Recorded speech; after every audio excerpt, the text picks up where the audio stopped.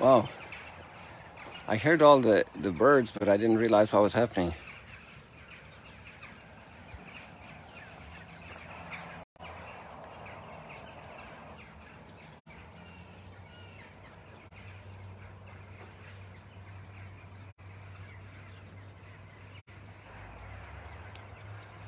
There you have the waning full moon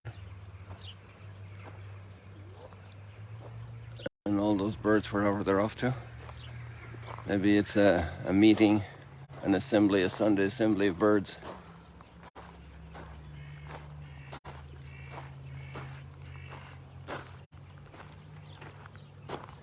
So here we are, this gorgeous sunrise.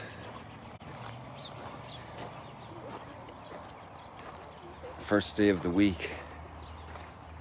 A blessed week to you.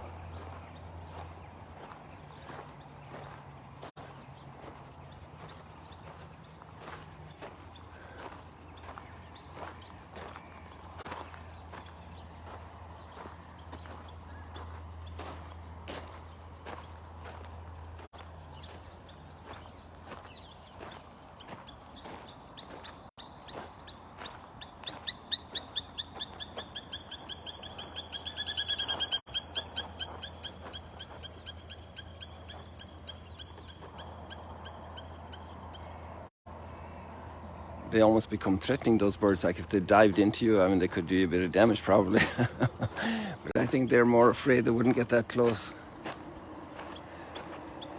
They're pretty loud and dramatic with their chirping to protect their little chicks. Part of the resources of nature.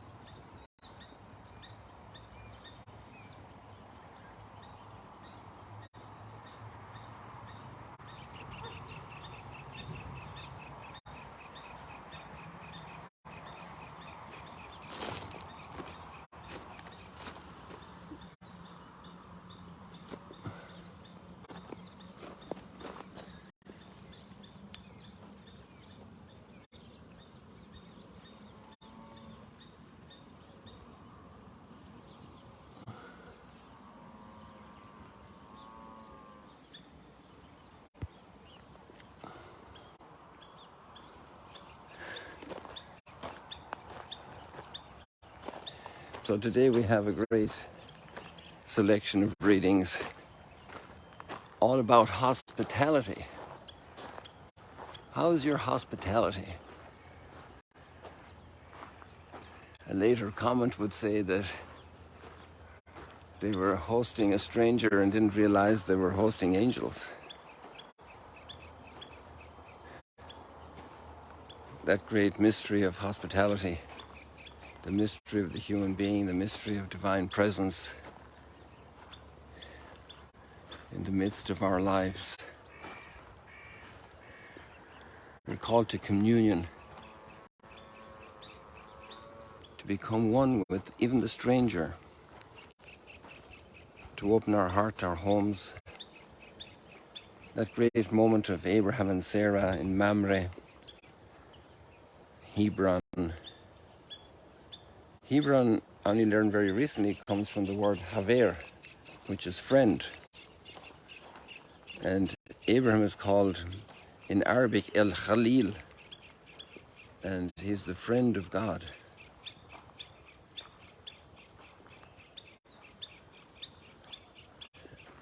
So El Khalil is Hebron.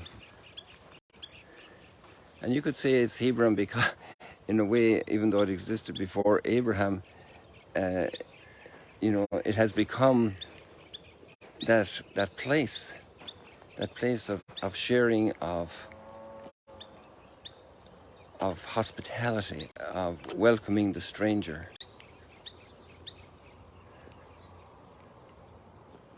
And then we have the great story of hospitality that Jesus himself enjoyed. Of course, he was chased out. In many places we've had those readings even this week.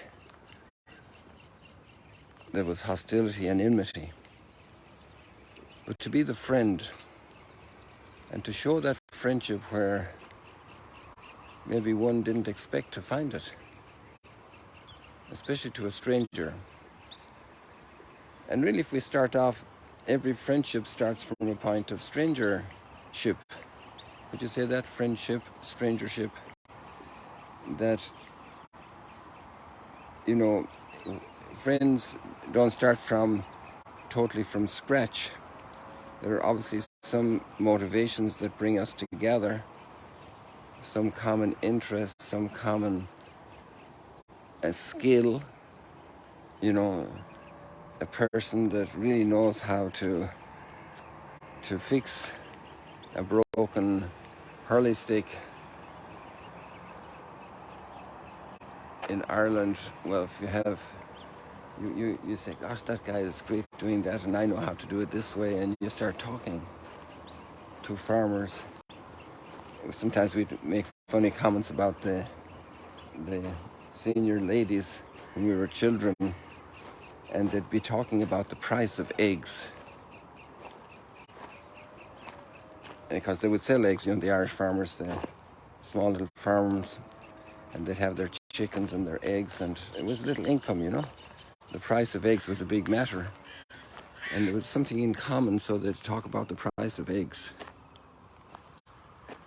What are the things that bring you together with other people? How do friendships and connections start from scratch? In a way, they don't start from scratch because that person has two eyes and a nose and ears and has a story that maybe resonates with me. Friendship needs a lot of commonality, but also there's difference between friends.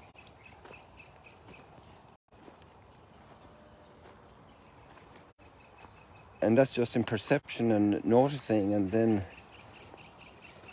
there are shared interests, and then there's helpfulness, like hospitality. Hospitality is so beautiful because hospitality is opening the heart for the other, even a glass of water. Even a glass of water. To give a glass of water to one of these least ones. You know, we rejoice in people who offer friendship and who offer warm hospitality. There's something very blessed about that. There's something very wholesome, very human, it's a light straight down from above.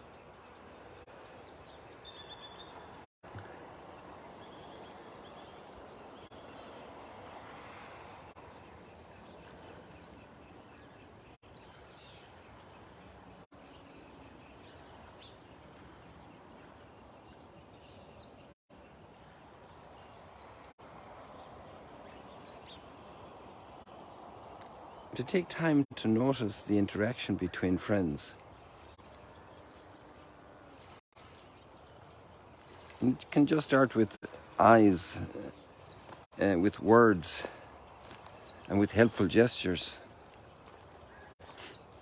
Actually, I know a number of people, and the kindness that was given at hospital, at a surgery, or post-surgery, and that nurse and that guy got married. We even have some friends here on the Sunrise Stroll and Chat, and that's the history of their lives. We got some friends here in Migdal, not in Migdal, but nearby, and that's the story of their lives. To meet in the condition of illness, and that compassion became the point of contact, that helpfulness, that service, and then even marriage, which is an extraordinary level of friendship, of commitment, of helpfulness, of spousal friendship, going through all kinds of situations and tough times. And that's why it's so repulsive then when people abuse that trust.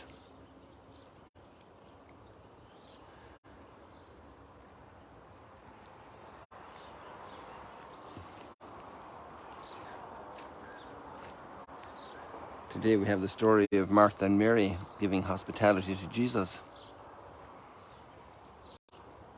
And he's not a stranger to them anymore. They're friends.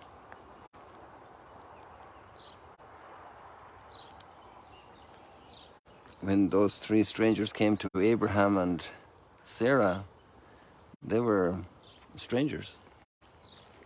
They were very different, strange. And because of the conversation, they were incredibly strange. And they made a promise that seemed to go beyond human reason. A promise of a child for Sarah and Abraham. Something that was so unrealistic, it looked like, it's something laughable, which becomes the name of the child.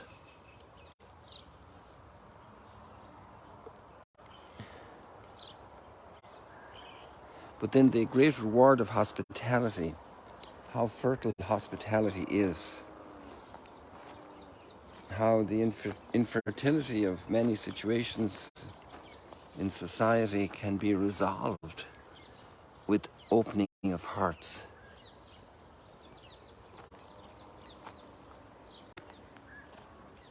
The opening of hearts. The welcome of the other.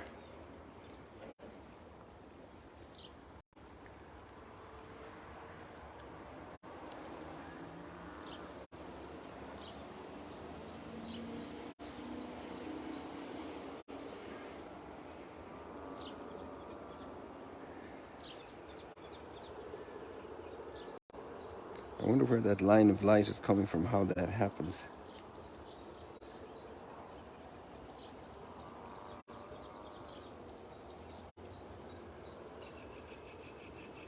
And there's a beautiful line here in the Psalm, which is the responsorial of the Psalm. He who does justice will live in the presence of the Lord.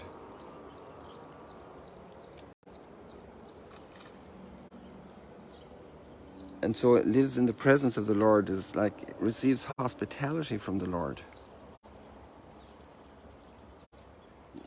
You can be in the house, you live there, you live where he lives. To live in the presence of the Lord. What an incredible gift hospitality is. That opens that door.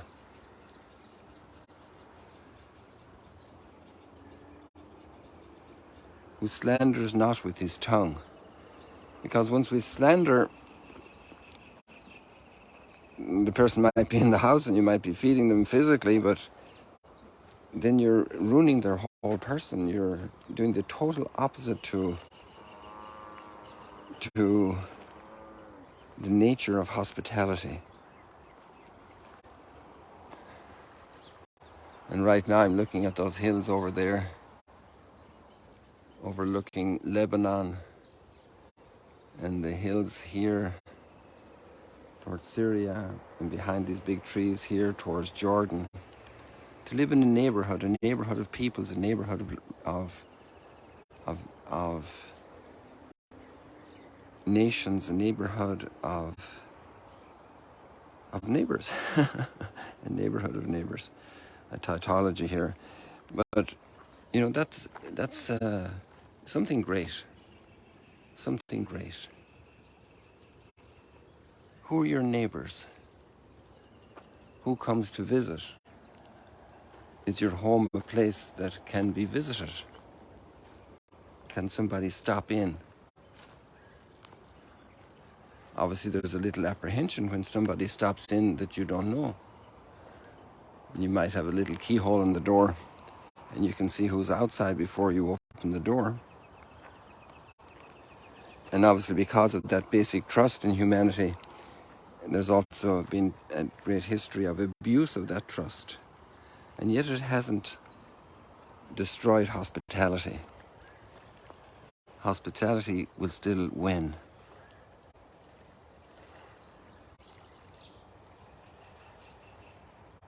Who harms not his fellow man, who takes up a reproach against his neighbor. To reproach our neighbor that space for the other.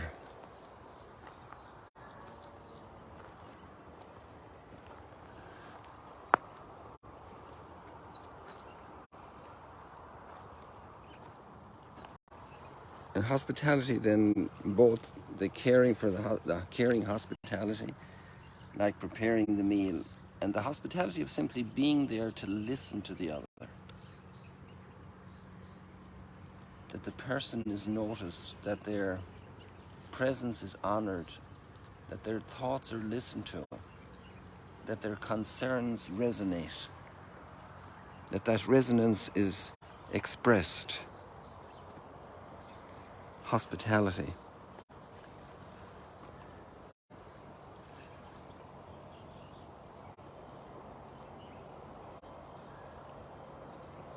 The better part of hospitality is not just a physical service, but that personal attention.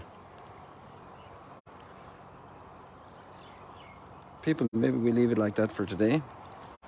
I didn't notice the clock when I started, so I thank you very much. I wish you a blessed Sunday, and see you later, alligators.